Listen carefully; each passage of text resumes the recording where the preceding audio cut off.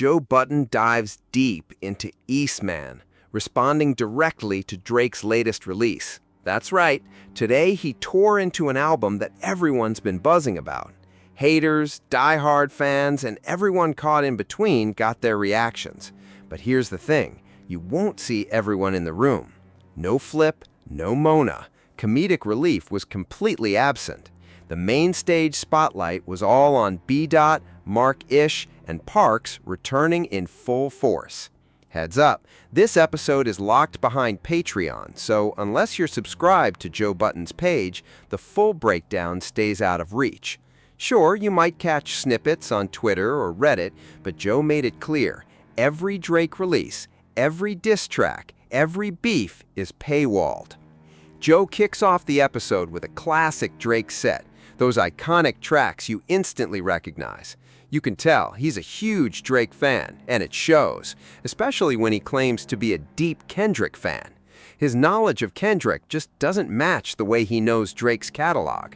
His first major take, he thinks Universal isn't playing a role in this album's rollout, claiming they're not part of the streaming strategy. From there, the crew dives into the inner workings of the industry, dissecting the business side of the album. Next, Joe praises the intro as fire and points out that Drake's content has evolved. Remember, Joe's previous stance on Drake's recent projects was distant. He often critiqued Drake hanging with the 23-year-olds, but here he notes a shift. Iceman shows Drake in a different mode entirely. The conversation then splits over the Kendrick disses. Mark and Parks aren't feeling it, but Joe's on board. Their collective take? Drake's going offensive. He's not playing the victim, he's bullying and asserting dominance. Joe's opinion seeps through when he dubs the album Scorpion Jr., a way of saying it's solid but not iconic. Essentially, Drake hasn't reached Joe's great standard, though it surpasses tracks like For All the Dogs. Reactions continue with Jay-Z disses, where the cast interprets Drake as exposing behind-the-scenes manipulations. B-Dot jumps in with a strong counter, insisting that's not the case. Honestly, watching him, it's obvious he's a Roc Nation affiliate. His discomfort is palpable, and it adds a whole new layer to the conversation.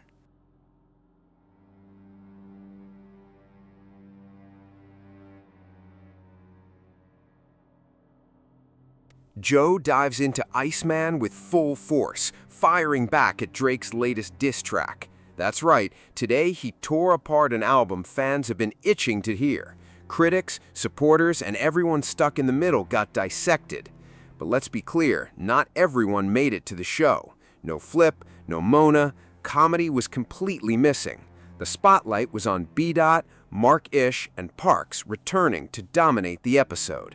Heads up, this one's locked behind Patreon, so if you aren't subscribed to Joe Budden, the full breakdown is off limits. Clips might pop up on Twitter or Reddit, but Joe made it crystal. Every Drake album, diss, and beef gets paywalled.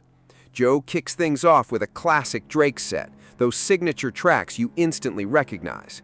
You can see it, he's a superfan, and it shows, especially when he acts like a Kendrick stan.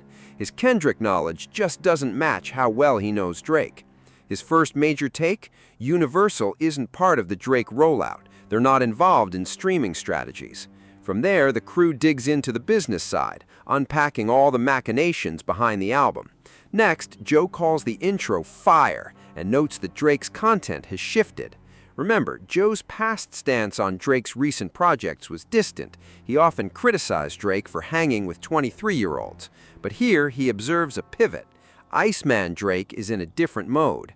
Conversation splits over Kendrick disses. Mark and Parks aren't feeling it, while Joe backs it. Their collective insight? Drake's aggressive, no victim act, straight offensive, asserting dominance. Joe's view leaks out when he labels the album Scorpion Jr., solid but not legendary.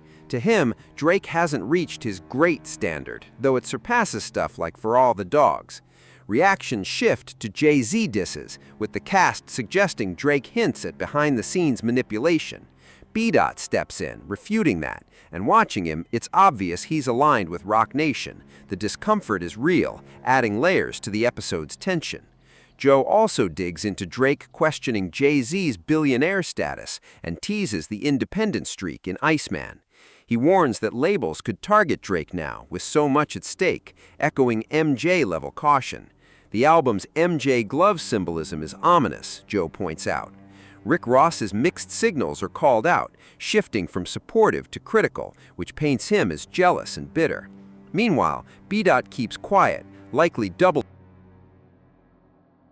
overwhelmed by too many mics, and Ish flounders, misreading tracks and admitting he skipped key songs. Joe's setup makes it clear, some guests just shouldn't be on this stream. Joe noticed Ish seemed completely out of place, not hitting the mark on specific topics. Then the discussion shifted to the West Coast tracks. The crew was split on that one. Personally, I loved the West Coast cuts. When they played on my re-list, I was like, this slaps. Next, they debated Drake hinting at people leeching off him, and Joe insists Drake doesn't see him that way. Honestly, I'm not so sure. My take is Drake probably does see Joe as a leech. The conversation then turned to the LeBron-Drake situation, with Ish claiming LeBron betrayed Drake and Joe pushing back.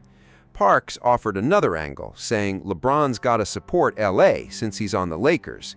Take that however you want, it's layered. Then Joe tackled the album diss tracks directly.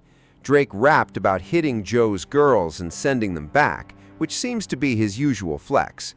Joe shrugged it off, saying it didn't bother him. But let's be real, he does care. He's sensitive, yet his show lets him shape the narrative to seem unbothered. Joe wraps up by stating the project isn't great, but very good. I called it great, while others suggested it might grow on listeners over time. Mark Lamont Hill added he would have cut 5 or 6 songs to make it exceptional. After that, they dissected tracks like Maid of Honor and Habibi, or Habiti, which the cast really enjoyed. Overall, they agreed this album is a step in the right direction for Drake after previous missteps. Iceman, in particular, stood out as fire, though I still need to sit with Habiti and Maid of Honor. Joe once again made a strategic move. He paywalled this episode for $10. Initially, Ian Schwartzman suggested $20 to $30 for a pay-per-view model, but Joe split the difference, keeping it accessible for the $10, $25, and $50 tiers. Now, I want to know,